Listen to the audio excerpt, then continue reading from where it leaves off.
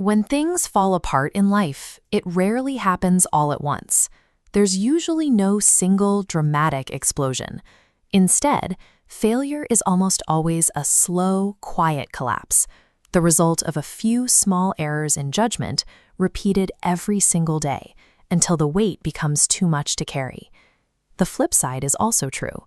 As the legendary business philosopher Jim Rohn taught, success doesn't come from massive overnight transformations. It comes from the exact opposite direction, a few simple disciplines practiced every single day.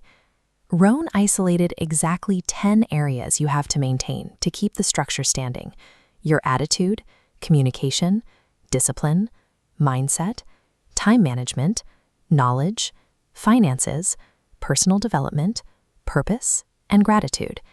If you're looking at that list, you're probably thinking the obvious. Consciously improving 10 separate categories of your life every single morning sounds less like a morning routine and more like a full-time administrative job. This chart shows where we run into the trap of modern hustle culture.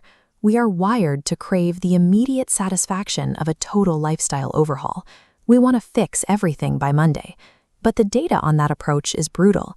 When you rely on high initial motivation to brute force your way through a massive new routine, the failure rate within 30 days hovers around 90%. The Rohn framework demands a very specific trade. You have to give up the quick rush of completely reinventing yourself and accept the slow, deeply unglamorous reality of tackling a tiny amount of daily friction. To actually use this system without burning out, we have to break it down. We are going to categorize these 10 pillars to reveal exactly what they cost in daily effort and what you are trading away to get them. Building a life that compounds on itself doesn't require a 10-point motivational checklist. It requires a realistic operating system that fits inside the schedule you already have. We can map these habits by looking at two variables on this chart: the long-term impact on your life and the daily cognitive effort required to actually do them. The first group is your internal foundation. This covers your mindset, your attitude, your daily gratitude, and your sense of purpose. The daily input here is surprisingly small. It takes about 5 minutes. You catch one limiting belief and replace it with a learning mindset. And you write down one highly specific thing you are grateful for, even if your day went poorly. Over time, this tiny mechanical action shifts your brain's default setting from scarcity to abundance. It creates a baseline of resilience that keeps you moving forward. But there is a catch. For the first 30 days, doing this feels highly artificial. You are actively forcing yourself to override your default negative emotional reactions, and that takes conscious energy. Next, we have the action engine, which includes your discipline and your time management. The physical input is straightforward.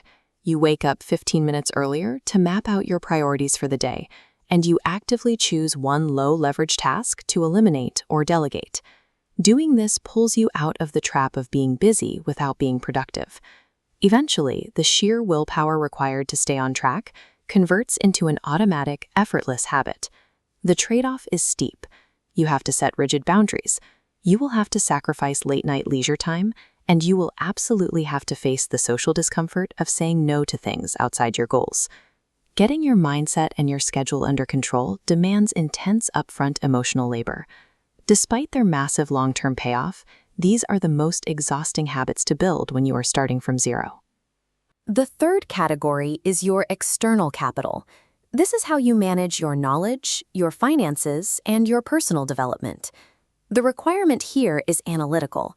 You read exactly 10 pages of a nonfiction book to build your skills, and you track your daily expenses down to the final dollar. This builds a compounding intellectual advantage in your field. It also forces you to confront where your money is actually going, sealing off passive financial leaks. Looking back at her chart, the downside here is the timeline. The return on investment for reading 10 pages a day is incredibly slow. You also have to give up passive entertainment and replace it with active, focused learning. Finally, we have the network multiplier, which focuses entirely on your communication skills. The daily action is to practice active, empathetic listening in just one conversation. You listen solely to understand the other person, rather than planning what you are going to say next. This results in a drastic reduction in the misunderstandings that derail projects and relationships. Over months and years, it builds immense trust within your networks. The hidden cost is that your conversations will take longer. You also have to actively suppress your ego's natural urge to inject your own opinions or jump in with unsolicited advice. When you look at all 10 pillars mapped across these 4 quadrants, the reality of the situation becomes clear. The sheer volume of different psychological frictions required to maintain them all is staggering. Attempting to conquer all 4 categories simultaneously demands too much varied cognitive effort. That overload is the exact reason most people try a self-development routine for a week, get overwhelmed, and abandon the entire concept. To actually make Jim Rohn's philosophy work, you have to constrain yourself. You must select only 2 pillars to focus on for the next 30 days, choosing them based entirely on the current bottleneck in your life. If you are an overwhelmed beginner, you likely lack a systematic approach to your day and are at a high risk for immediate burnout. Start exclusively with gratitude and time management. Do not worry about complex financial planning or finding your grand life purpose yet. Use time management to carve out baseline space in your schedule and gratitude to build early psychological momentum. If you are a time-poor optimizer, a busy professional, or a parent, you don't have the luxury of adding a 3-hour morning routine. Focus entirely on communication and knowledge. You leverage the time you already spend. Practice active listening in the conversations you're already having, and use your daily commute to consume information that compounds your skills. Finally, if you are a shiny object chaser, you are highly motivated but lack consistency. You have a habit of starting massive projects and walking away when they get boring. Lock in exclusively on discipline and finances. Force consistency over intensity. Master the boring mathematical fundamentals of tracking your money and keeping promises to yourself before you chase the next exciting idea. Jim Rohn was entirely right. Failure is simply a few errors in judgment repeated every day, while success is a few simple disciplines.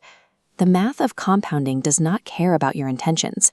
It works relentlessly in both directions, whether you choose to take control of it today or let it run on autopilot. The goal isn't to achieve absolute perfection across 10 different categories by tomorrow morning. The goal is to achieve radical consistency in the one specific area that is keeping you from moving forward.